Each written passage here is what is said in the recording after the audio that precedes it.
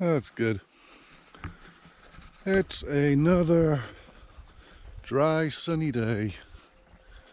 Sprinkler's back on. He went across the cricket square yesterday, and he's back on it again. I'll give it another day's water. So, drought. It's all getting a bit crispy now. So there's a few things around site that will be showing quite a bit of stress at the moment. I'll just run through a few of them. So we have crispy areas now. There's not, well, there's about 50-50 green and brown at the moment, and another week or two of this and we will be mostly brown. What the trees are already doing is chucking some leaves off. They've just made them and now they're chucking them off because it's getting too dry, and if the trees are starting to get a bit stressed, that's fairly dry. So this area here, as far as I know, used to be a high jump area. And when I started it was fairly grassy, but it didn't do that well. And now the little thin layer of soil that they chucked over the top when they finished with it is pretty much gone, and it's just left us with this red grey type stuff. So this is one of the areas that immediately goes rubbish, but now there's no soil in it, it just goes straight away. So hopefully at some point I will redo this, possibly this summer. So this is one of the other things that goes first in the drought, where the goal sockets are. So you've got two pairs of sockets here, one rugby, one full-size football, and that's it, there you go. The concrete's so close to the surface, there's not much surface there, and they are the first things to go, along with anywhere where the soil's crap next to pathways. South facing banks, they'll disappear soon as well. Right, I'm in the horticultural department, which contains lots of horticultural bits. So various things to do in here for a few hours. First of which is we have a new bed dug out in here. It used to be all membrane and storage in the polytunnel. So he's dug out a new bed. We got tomatoes in here this year instead of in the greenhouse. So he just wanted something to attach strings to. So we'll have a rope across top, and then just a bit of ground anchor to have some strings. He wants some string going up there. So we got these old goal anchors, and they will be spot on for the job. I'll take a little bit of rope to them up to the top, and the tomatoes can have a good climb up them. So I'm just about keeping everything alive in here, just about. Still got various bits of summer bedding for sale. Shrunk a bit, a few tomatoes, but it's thinned out a bit. But these, I've got to stick these dahlias in, and there's a few of them. I think they're fairly healthy. There's a bit of solidity to them. I think they've dried out a bit too much. So hopefully I'll get them in the ground, give them a good soaking, and they can start to fire off then. Unfortunately, this is the bit of ground I am putting them in. That needs a slight bit of clearance. Apart from the gladioli, which sort of spread out there, all that's going to be cleared, filled with dahlias. So that's going to take a little bit of hoeing, but we'll get there. We've got various weeds dotted around I haven't decided yet if I'm just going to trim them off or spray them. I'd rather just trim them off. I don't think they're going to come back too quickly because it's so dry. But just have a strim round and all this, that's not supposed to be there. The clematis is just about going over now.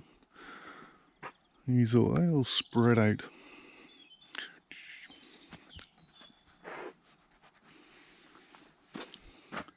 Rambling Rector is almost blimey, what are we on? Beginning of June, yeah, I suppose so. It's usually in flower for mid-June open day. So yeah, he's pretty much on target. Oh, this one's out now. Look, he wasn't out last time, was he? Hello, you fluffy boy. Very nice. A little bit of Wigelia left. A few bits of rose, pyracantha's coming out, slightly overgrown. And we got a bit of Nepeta spreading out across the path. It's actually flowering in the only place it's not meant to flower, so that's helpful. So that will keep me entertained for a little bit. Well, that was rather warm and dusty, but the dahlias are in. Didn't want to spend time hoeing, so I strimmed a bit of green manure, and then where I was digging holes from it, it's all dug in anyway, and we can hoe off anything that comes back up. It's mostly annual weeds there anyway. So we got 2, 4, 6, 8, 10, 12, 14, 16, 17 clumps of dahlia. I haven't had time to do those. Somebody else will do them at some point. I trimmed a few weeds off the path. The paths are slightly cleaner. I can see they're cleaner. Someone else might not. But yeah, it's a bit tidier. So they're in.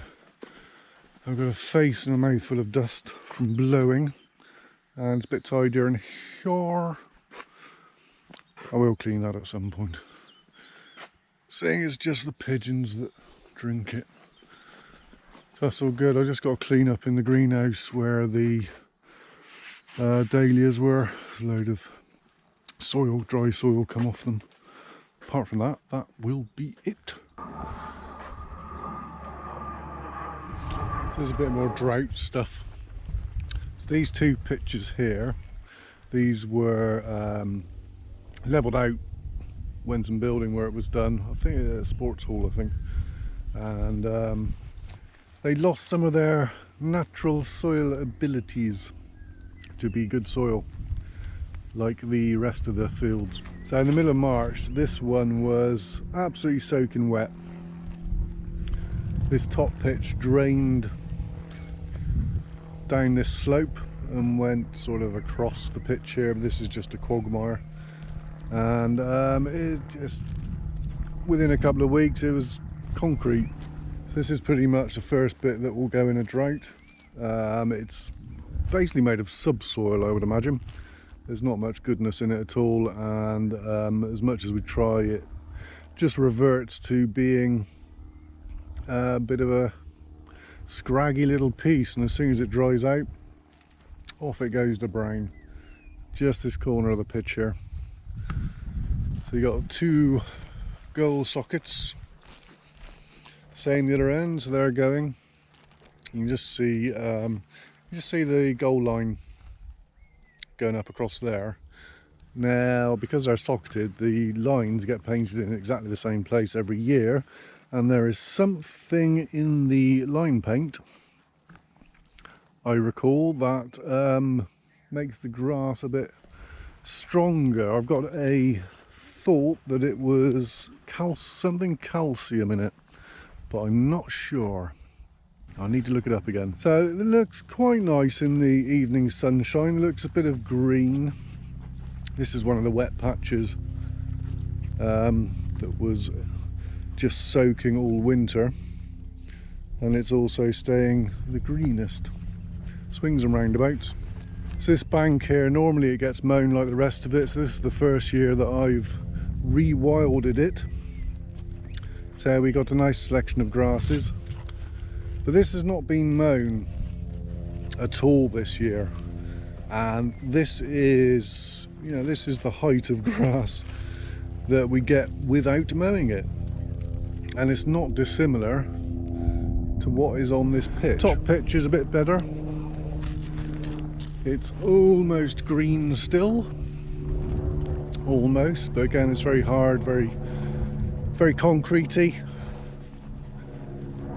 and is going crispy by the day. The other thing that starts showing up in a drought is drainage lines.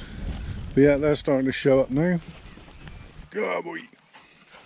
Okay, so the other present that we get from a drought is I get to find all these goodies hidden underneath the pitches, and 2018 was the first time that I started finding these things, and they are appearing again, so hopefully I can deal with them this year. I'll deal with a few more of them this year. But these little babies, one there and one there, these are old goalpost sockets that were used in the past and not used anymore, but left in the ground. So underneath there is a lump of concrete, which was fine back in the day until I started doing aeration and sticking spikes in the ground, and suddenly I started finding these few things that would make the spiker go bang, and I wonder what they were. And then a couple of years ago I found out. I dug a few out in 2018, but there is more to go. Feeling that's one. Yeah, that's definitely one. Got that one there, and then the corresponding to there and there. Lumps of concrete left under the ground. Awesome. That's pretty much about it for droughtiness. So we've had 2 months now with 22 mil of rain and quite a fair bit of sunshine and warm days. Just about holding up on the good soils. Weaker soils are going crisp. So hopefully in the next few weeks we will get a deluge of rain. Not too much, just a little bit, you know. Don't want to be too greedy.